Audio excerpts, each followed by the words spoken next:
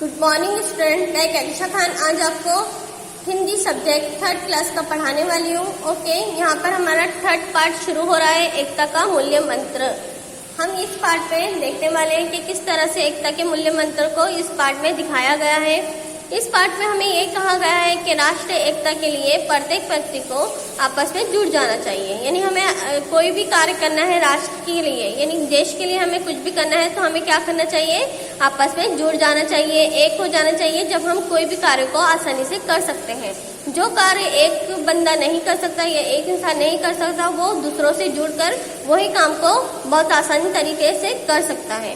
इसी तरह हमें ये लेसन में बताया गया है कि किस तरह से नौजवान लड़के एक आचार्य जी के पास आते हैं, विनोबा जी जिनका नाम होता है, वो किस तरह से उनके पास आते हैं और उन्हें बोलते हैं कि हमें भी देश के लिए कुछ करना है। तो वो उन्हें क्या राय देते हैं, किस तरह से एक राय देते हैं कि उन्हें देश के लिए कुछ करने के लिए क्या सबसे पहले क्या करना चाहिए, तो हमें इस लेसन में पढ़ेंगे। ओके, तो यहाँ पर मैं आपका 3rd पार्ट स्टार्ट कर रही हूँ, एकता का मूल्य मंत्र। ओके, फर्स्ट पैरा इसका, यह घटना उस समय की है जब देश स्वतंत्र नहीं हुआ था। अन्य लोगों की तरह आचार्य विनोबा भावे भी देश को स्वतंत्र करने के लिए आंदोलन कर रहे थे।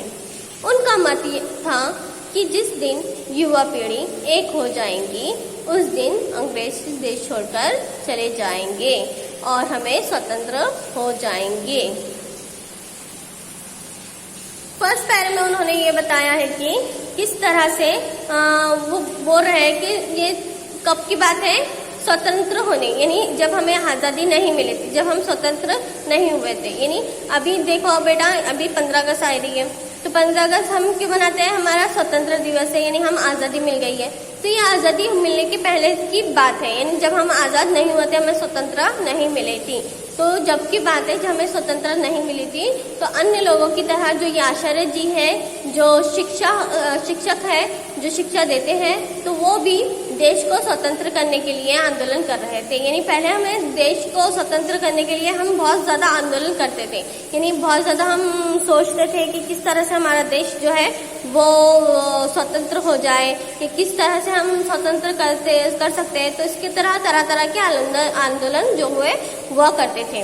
तो उसी तरह से जो विनोबा जी है वो भी आंदोलन कर रहे थे, यानी जो आंदोलन हो रहा था उसमें वो भी शामिल हुआ करते थे। उनका मत था कि यानी वो ये सोचते थे, मत यानी सोचना, यानी अपनी एक सोच रखना कि जिस दिन युवा पीढ़ी किसको बोलेंगे, जो यंग पीढ़ी होती है अपने देश की, उन्हें हम युवा पीढ़ी बोलते हैं। ओके, तो उनका मत ये था कि जिस दिन युवा पीढ़ी एक हो जाएंगी, यानी हमारे देश की यंग पीढ़ी या युवा पीढ़ी जब एक हो जाएंगी, तो उस दिन अंग्रेज क्या होंगे, देश छोड़कर चले जाएंगे।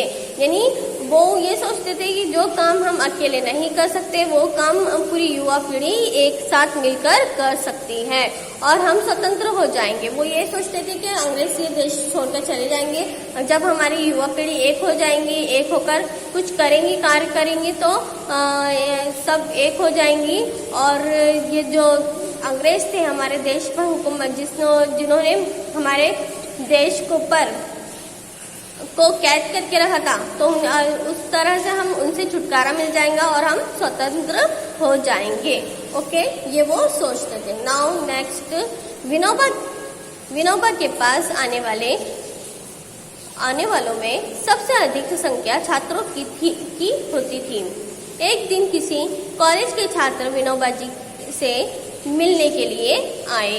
अब जो विनोबा जी थे उनके पास बहुत सारे क्या आते थे, लोग आते थे। अब बहुत सारे लोगों में सबसे ज्यादा किसकी संख्या अधिक होती थी, यानी ज्यादा होती थी छात्रों की। यानी जो छात्र होते थे वो सबसे ज्यादा किसके पास आया करते थे, विनोबा जी के पास आते थे। अब एक दिन क्या हुआ, एक दिन किसी कॉलेज के, यानी कोई भी कॉलेज के छात्र होंगे, वो क्या हुए, विनोबा जी के पास मिलने आए। यानी वो अपना ग्रुप लेकर 3-4 लड़कों का ग्रुप लेकर उनसे मिलने आए। ओके, कॉलेज के छात्र, सभी छात्र अपने देश के लिए कुछ करना चाहते थे, लेकिन समझ नहीं पा रहे थे कि वे क्या करें। उन्होंने विनोबा जी से कहा, आचार्य जी, हम भी देश के लिए कुछ करना चाहते हैं। अब जो छात्र थे वो किस लिए आए थे विनोबा जी के पास? इसलिए आए थे क्योंकि वो अपने देश के लिए कुछ ना कुछ करना चाहते थे, पर उन्हें ये नहीं समझ में आ रहा था कि वो देश के लिए तो करना चाहते हैं, कि देश को हम स्वतंत्र करना चाहते हैं या देश के लिए कुछ ऐसा करना चाहते हैं कि जिससे हमारा देश स्वतंत्र हो जाए, पर उन्हें ये नहीं समझ में आ रहा था कि हम देश के लिए करें तो क्या करें, यानी ऐसी कौन सी चीज करें जिसके लिए जिससे हमारा देश स्वतंत्र हो सकता है। तो उन्हें ये समझ में नहीं आ रहा था। तो उन्होंने किससे पूछा और निर्णय लिया, पूछने का निर्णय लिया विनोबा जी से। ओके, वो विनोबा जी के पास गए और उन्हें पूछा, आचार्य जी, यानी विनोबा जी को ही आचार्य जी बोला, आचार्य जी, हम भी देश के लिए कुछ ना कुछ करना चाहते हैं। अब उन्होंने उनके पास गए और बोले कि हम भी देश के लिए कुछ ना कुछ करना चाहते हैं, हम भी देश के लिए यानी कुछ बलिदान देना चाहते हैं या कुछ कार्य करना चाहते हैं जिससे हमारा देश स्वतंत्र हो जाए। ओके, तो विनोबा जी के पास जाकर बोलते हैं। तो फिर आप लोगों को रोकता कौन है? विनोबा जी ने छात्रों से पूछा।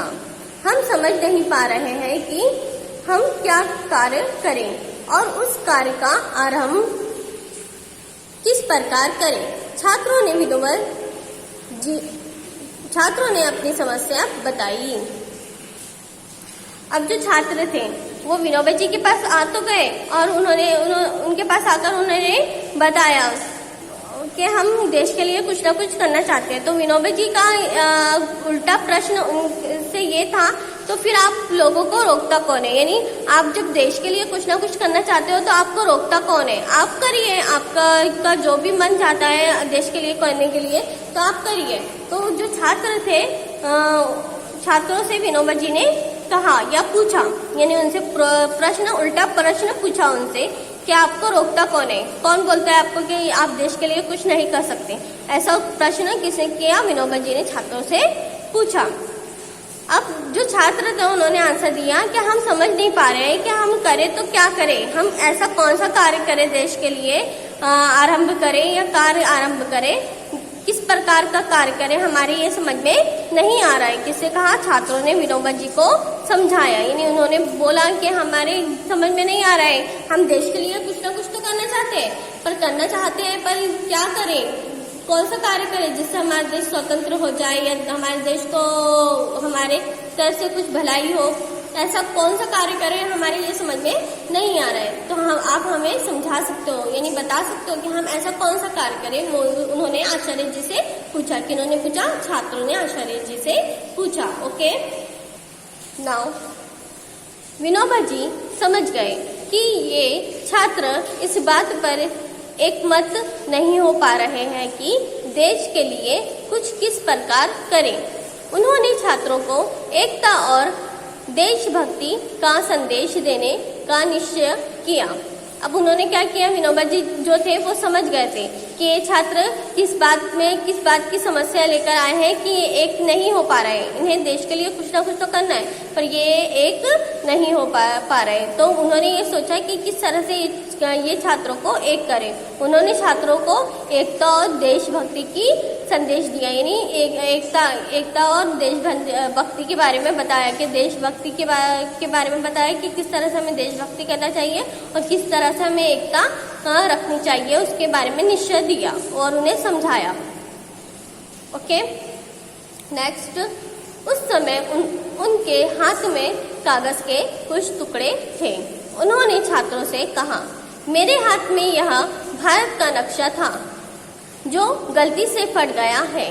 मैं बहुत देर से सोच रहा था कि इसे कैसे जोड़ा जाए। क्या आप यहाँ काम कर सकते हैं? अब क्या हुआ कि विनोबा जी के पास जो छात्र थे वो उनके पास खड़े थे। उन्होंने पहले उनको एकता और देशभक्ति के बारे में भाषण दिया, बताया, उन्हें समझाया। फिर उन्होंने क्या किया, उनके पास क्या था, एक हाथ में कागज का टुकड़ा था, यानी उनके हाथ में बहुत सारे कागज के टुकड़े थे। तो उन्होंने क्या किया, कुछ टुकड़े थे तो उन्होंने क्या किया, उन्होंने छात्रों को दिया। उन्होंने छात्रों से कहा कि ये जो मेरे हाथ में कागज के टुकड़े ये मेरे हाथ से क्या हुए, गलती से फट गए हैं। क्या आप इसे जोड़ सकते हो, यानी इसे जोड़ के बना सकते हो कि क्या चीज़ है, कैसी चीज़ है, क्या आप बना सकते हो? तो फिर छात्रों ने आगे क्या कहा, हाँ हम इसे जोड़ देंगे। छात्रों ने कहा, अब जो छात्र थे उन्होंने कहा हाँ हम इसे जोड़ देंगे, यानी हम इसे आसानी से जोड़ लेंगे। छात्रों ने कहा, किससे कहा? विनोबा जी से कहा। ओके, विनोबा जी ने उन टुकड़ों को छात्रों की ओर बढ़ा दिया। अब विनोबा जी ने क्या किया, जैसे ही छात्रों ने कहा कि हाँ हम ये टुकड़े जोड़ लेंगे, तो विनोबा जी ने वो टुकड़ों को छात्रों की ओर बढ़ा दिया, यानी छात्रों के हाथ में दे दिया। ओके, छात्रों ने उन टुकड़ों को जोड़ने का बहुत प्रयास किया, परंतु वे उन्हें नहीं जोड़ सके। उन्हीं छात्रों में से एक छात्र अपने साथियों को कागज के उन टुकड़ों को जोड़ते देख रहा था। अब क्या हुआ कि जैसे ही उन्होंने वो कागज के टुकड़े उन छात्रों को दिए, तो छात्रों ने क्या किया, वो बहुत प्रयास यानी बहुत बार ट्राई किया, बहुत बार कोशिश की उन्हें जोड़ने की, परंतु वो जोड़ नहीं पाए। यानी उन्हें वो कागज के टुकड़े जो विनोबा जी ने उन्हें दिया था, आचार्य जी ने उन्हें दिया था, वो उसे जोड़ नहीं पाए। वो बहुत ट्राई करते रहे, पर वो लास्ट में थक गए, उन्हें जोड़ नहीं पाए और उन्होंने क्या किया, छोड़ दिया। फिर उनमें से ही एक छात्र था, वो जो बार बार देख रहा था, वो जोड़ रहे थे तो वो उन्हें देख रहा था। तो उसने क्या किया, उसने बोला कि उसने फिर विनोबा जी से कहा कि कागज के टुकड़े क्या मैं जोड़कर देख सकता हूँ? अंत में जैसे ही वो विनोबा जी को वापस करने लगे, तो उसने ऐसा बोला। नेक्स्ट, अंत में वह बोला, आचार्य जी यदि आपकी अनुमति हो तो मैं भी इन टुकड़ों को जोड़कर देखना चाहता हूँ। अब क्या हुआ, अंत में वह बोला, यानी लास्ट में बोला वो कि आचार्य जी आपकी अनुमति, यानी आपकी अनुमति, यानी किसी की कोई चीज लेने से पहले उसकी अनुमति लेते हैं ना, तो इसलिए वो उनकी अनुमति लेता है कि मैं अनुमति लेता हूँ कि मैं भी ये कागज के टुकड़ों को जोड़कर देख सकता हूँ, कि मैं भी एक बार ट्राई करूँ कि ये मेरे से जुड़ते हैं कि नहीं जुड़ते हैं। तो फिर विनोबा जी क्या बोलते हैं उसे, ठीक है, विनोबा जी ने कहा। किसने कहा? विनोबा जी ने ठीक है बोल के उसके हाथ में वो टुकड़े दे दिया। आगे, छात्र ने उन टुकड़ों को धरती पर फैला लिया। इसके बाद उसने सभी टुकड़ों को पलट लिया और एक एक करके उन्हें जोड़ता चला गया।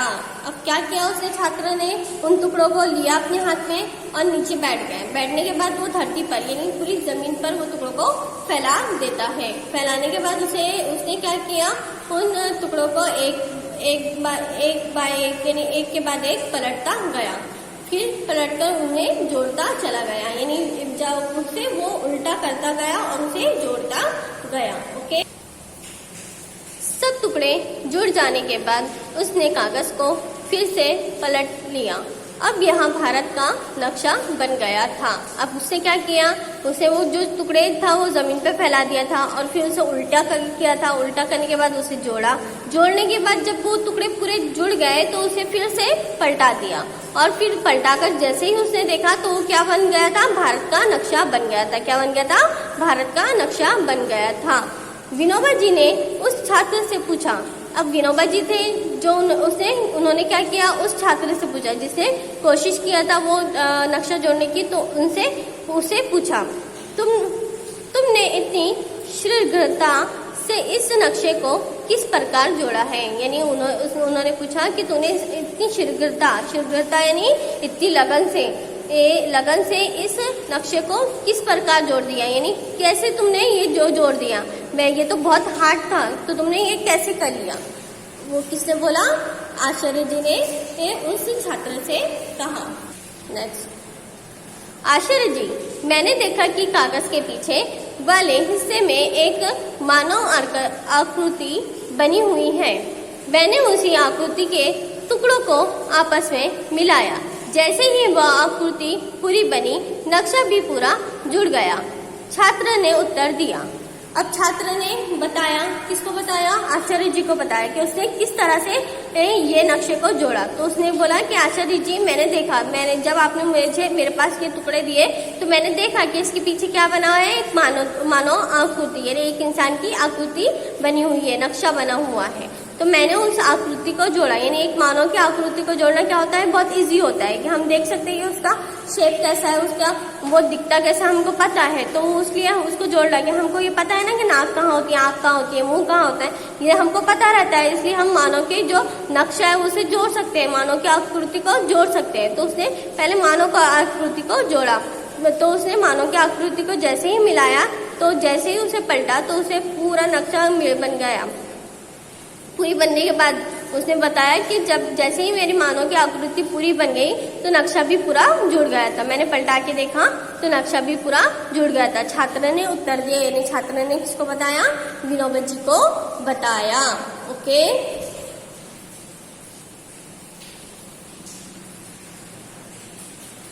विनोबा जी उसकी पीठ थपथपाते हुए बोले, यह हुई समझदारी वाली बात। अब विनोबा जी जो थे वो उन्होंने उसकी पीठ थपथपाई। अब जो कोई अच्छा काम करता है, यानी बहुत अच्छा काम कार्य करता है जिससे हम खुश हो जाते हैं, तो हम उसे शाबाशी देते हैं या उसे एक्सीलेंट कहते हैं या बहुत अच्छा वर्क किया या कुछ गुड, वेरी गुड ऐसा बोलते हैं। तो वैसी तरह से विनोबा जी ने उसकी पीठ थपथपाई और बोला कि तुमने बहुत समझदारी वाली बात की है, यानी बहुत दिमाग वाली बात की है, यानी बहुत अच्छा तुमने अपना दिमाग लगाया है।